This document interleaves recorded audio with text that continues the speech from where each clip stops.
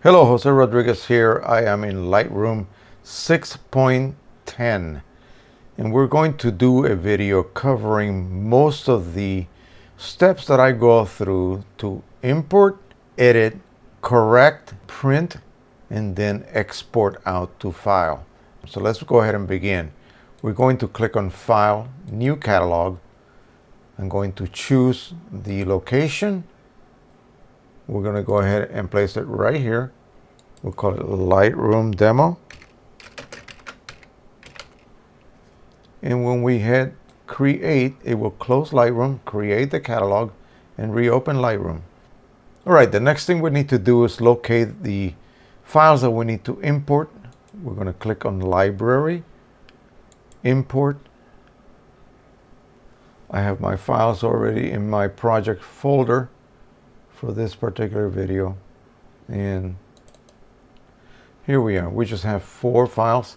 We have a little white shack in a farm somewhere, a beautiful purple and light violet flower, some fruits at the supermarket, and this gorgeous portrait that my friend Miss Christine Bilby of Christine Bilby Photography in Australia shot and was gracious enough to send to me.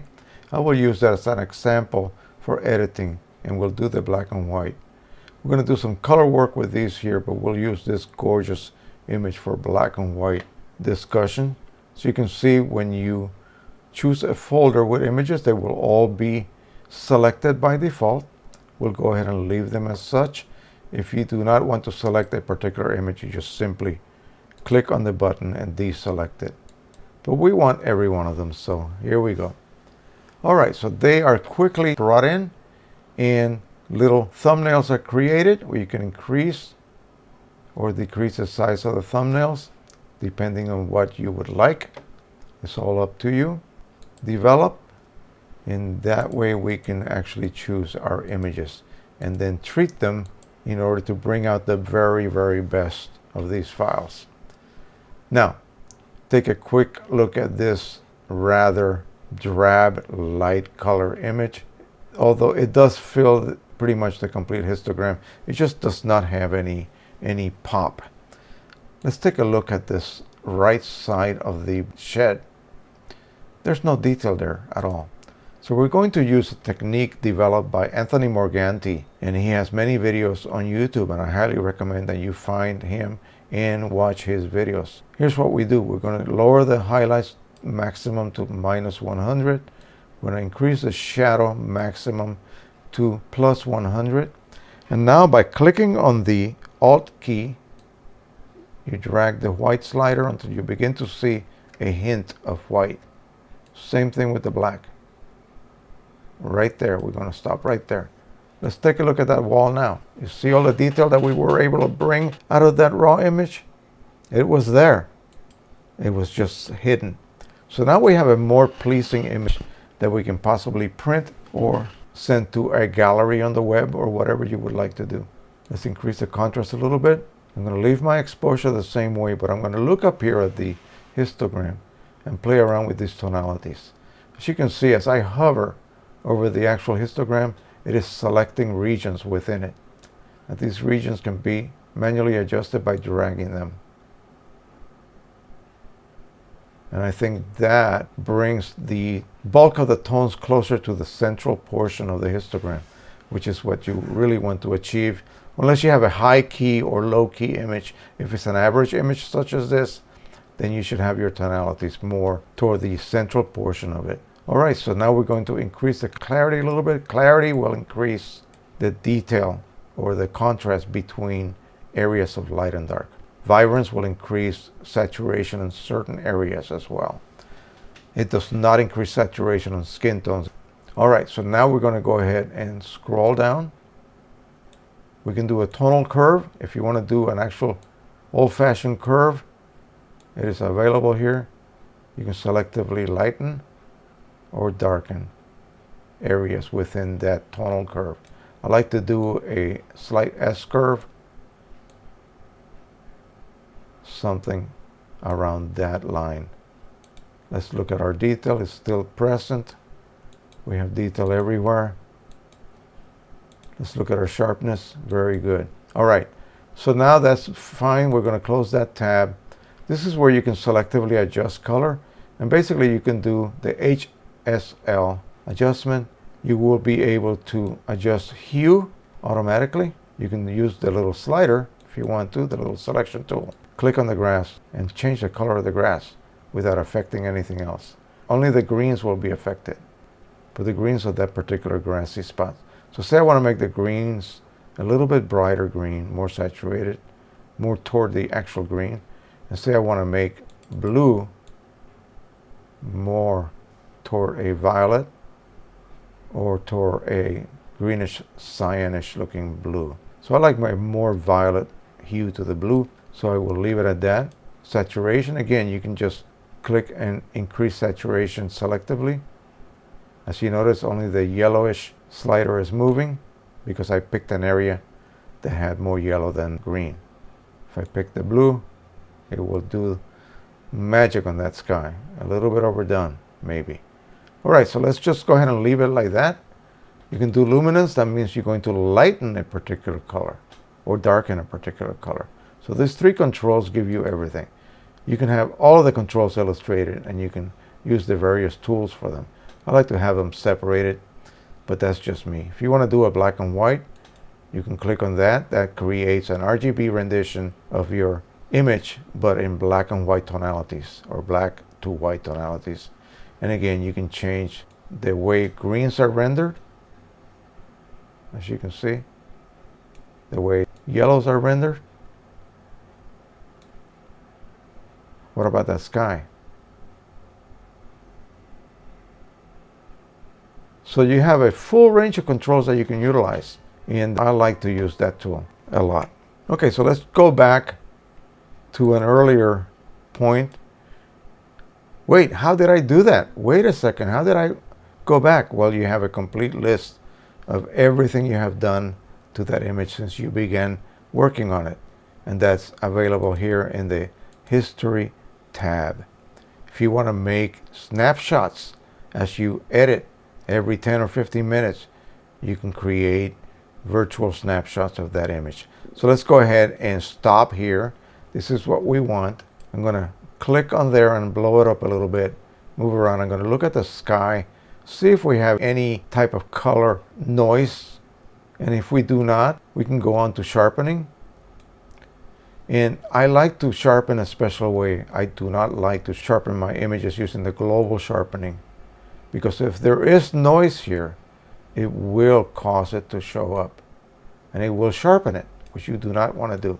The radius is an adjustment that tells how many pixel width you want to adjust within an area that is contrasty. In other words, a dark area against a brighter area. So it will create a little edge on that junction between light and dark. So this adjustment here will tell Lightroom how wide you want that to become. As you can see, I don't like the way that's looking when I go all the way over to 3 radius, to 3 pixels.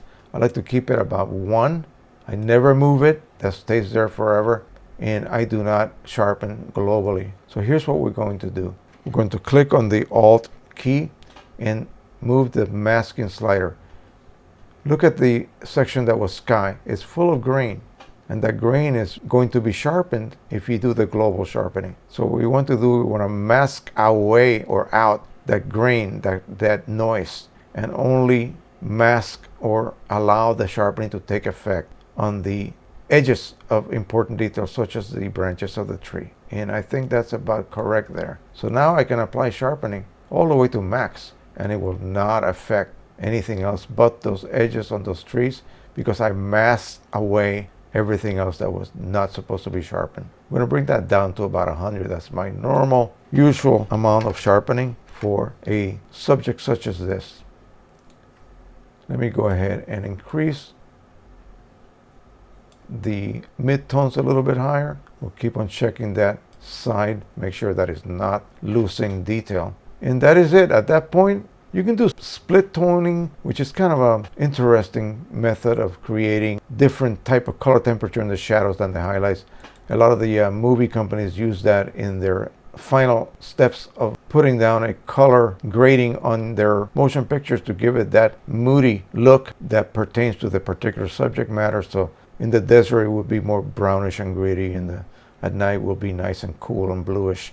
So that is what that is about. We do not need that for this. I'm going to go ahead and do a little noise reduction just in case there's a little noise back here in the smooth skies. We do not want that. Now, if you shot using RAW file, then you should be able to apply an automatic RAW correction using a profile for my Nikon, the lens that I use. And here's the profile right here being used. So it automatically applies a distortion correction.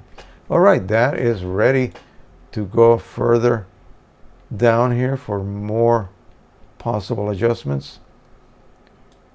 We can do a vignetting effect. When you apply that correction, it will remove any vignetting that your lens may have created, either brighter edges or darker edges. So we want to bring that slight vignetted look to our image. We can use grain if we want to add a type of grain. I usually do not.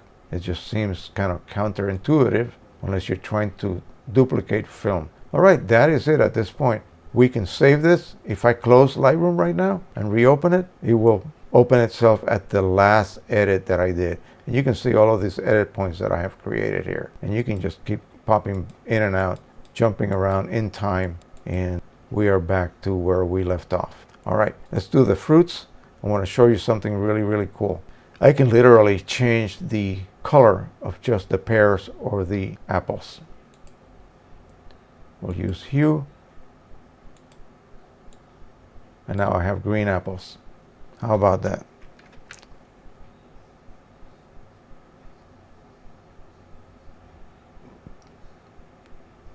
Super bright red apples. Crazy, isn't it? All right, you can do saturation. You can really saturate those pears or desaturate the pears. Same thing with the reds. Desaturate them or saturate them. And of course, what you really want to do is do very gradual adjustments, nothing that stark. But that's another tool that you can use within Lightroom. You can increase the luminance of those reds without affecting the yellow-greenish color of the pears. If that is what you want to achieve, then that is available. I can increase or decrease the luminance of the pears by just moving that yellow slider. This is going to be fun. This is where you can turn the color of this little iris, I believe it is, a different color totally. And here we have a nice blue iris. And the fun thing about it is this. You cannot tell where I did it. It does that so seamlessly and so perfectly that you really cannot tell. All right, let's move on to this gorgeous portrait that my friend provided me with. It is not a full resolution image. I'm going to do an exportation demonstration so that she is able to provide me with the full resolution images that she actually has, which are bigger than mine. These here are 4,000 by 6,000. Hers are even larger. But the problem is when they were exported, the wrong type of selection was used, and of course they were exported at about a third or even a fourth of the original file size. But we can still use this as a demonstration. Go ahead and hit auto just for fun, just to see what happens. And as you can see, what auto does, it spreads the tones that are available to a complete histogram. And so technically this is correct, but aesthetically it is not. So we'll go ahead and go back. So what I want to do here on my monitor, which is calibrated, it looks a little bit on the dark side. As you can see, there is no white point at all. So let's go ahead and move over to the right so that we have some resemblance of a white point. And again, as we're watching the image, I want to make sure that I don't blow out those highlights. She's got beautiful skin and one that deserves the maximum luminance available so that it looks as great as can be. I'm going to go ahead and use a tool that a lot of people don't know is available. It's actually a retouching brush. And I'm going to go ahead and paint this area here. And just bring it down just a tiny, tiny bit. like so. And that's really all you have to do to this image. It is perfect. Let's see what it looks like when it goes to print. Beautiful. All right. So let's go ahead and do a mock printing session. We're going to send this to the Pro 1, which is what Christine Bilby uses. Click on the page setup, Pro 1. Now we're going to go directly to the properties section. Now make sure that photo printing is chosen and that color intensity manual adjustment has been chosen. If it is not, it will appear that way. We're going to click on it. As soon as you click on it, this other window will open up, and this only happens in Windows computer with a Windows Pro 1 driver. Mac is different, so go to a video on YouTube that describes the color managed workflow for Mac, and they will explain to you how to do this. Matching, and click on None. Close it. Here we're going to pick a 13 by 19 final size, photo paper Pro Luster, quality high, and now we are ready. So what we have done is we told the driver to not interfere with color management at all. I'm going to decrease all of the margins. If I click on zoom to fill, you see, just zooms the image slightly to fill those extra spaces because the image ratio is not the same as the paper ratio. So it has to do something to make it fit flush. We're going to leave that off for now.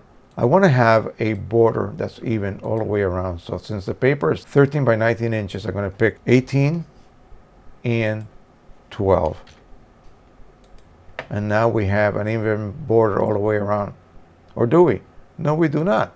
You can see that the image ratio does not fit automatically within that 18 by 12 inch size cell. We'll have to zoom to fill. There's no way around that. So here we go. I'll move it slightly to the left and I'm ready to go. Now, remember what I said. Make sure that all your settings are correct. The paper size is correct. The paper's type is correct. This has been checked and we are at photo printing. Let's go down to the bottom. We got to tell Lightroom that it is going to control color now. Right now it says managed by printer. So we're going to undo that and we're going to choose our Pro Luster paper profile for the Pro 1. We're going to use relative colorimetric, 300 for the resolution. For Canon it's 300, for Epson it's 360. Standard sharpening and glossy because we only have two choices, either matte or glossy, and since Luster has a degree of glossiness, we'll choose glossy. That's what you need to do. And now we are ready to print. If you click on this key here, print, it will automatically send the print to the printer. Okay, so let's just say you want to create a sort of contact sheet to give to your client. We have a series of templates here. So let's do a contact sheet. We can now add images to it. Now I only have 4 here, but if I had, say, 20 of them, I can then print this contact sheet, give it to the client. The file name is also printed with the image. They can then choose what images they want printed and which ones they do not. So this is very nice and convenient and something that's available in the Lightroom print module. There's also slideshow. There's also book creation, which I never use, but is there in case anyone needs it. So now that we finished, let's go ahead and export some of these images out correctly. They have been edited. We want to now export them out. File, export. We are going to choose a specific folder. I have one on my desktop called New. Now we're just gonna scroll down, and this is where you pick the file format you want to export to. We just do a JPEG, high quality, Adobe RGB 1998, and this is the important thing. Do not check this box. If you do so, then it will not export those images at the original resolution. It will shrink them, and you do not want to do that. Leave the 240 alone, that's fine, but just do not click that. Do not sharpen, just leave it alone. Do nothing except your destination folder and your file format, which is here. And this is the color space. You can choose sRGB. If you're going to send them out to the web, that's fine. But I'm going to eventually print them, so I want to at least Adobe RGB 1998, which is what I work with within Photoshop. And just click export. Over here is going to show you the progress bar. Once that is done, we can go ahead and close up Lightroom, open up our folder, and there they are. There are our files. Alrighty. So let's check to see. Look at that, 6,000 by 4,000, 4888 by 2848. This has been cropped, and so that's what you need to do. If you do not do that, they're going to be resized. You see the one that Miss Bilby sent me is only 1434 by 2048, 6,000 by 4,000. And that's what you need to do in order to maintain the original file size of those images, which is very important. All right, thank you once again. In the next video, I'm going to show you the brand new plugin from QImage that allows you to export directly out of Photoshop or Lightroom or Photoshop Elements 10 into QImage, my favorite printing application, due to the fact that it has so many wonderful features and the ability to up-res beautifully. It does the best quality up-resing I have ever seen. The sharpening algorithm is amazing, and it's got a new print engine that just creates slightly better resolution than anything I have ever seen. Your detail in your prints will increase in, there's so many things about it that I just cannot stop talking about it. I am a permanent customer of QImage, and so I'm going to be demonstrating that video for you guys. All right, so thanks so much. Don't forget to subscribe, share, and like. And until the next time, happy printing, everybody. Bye-bye.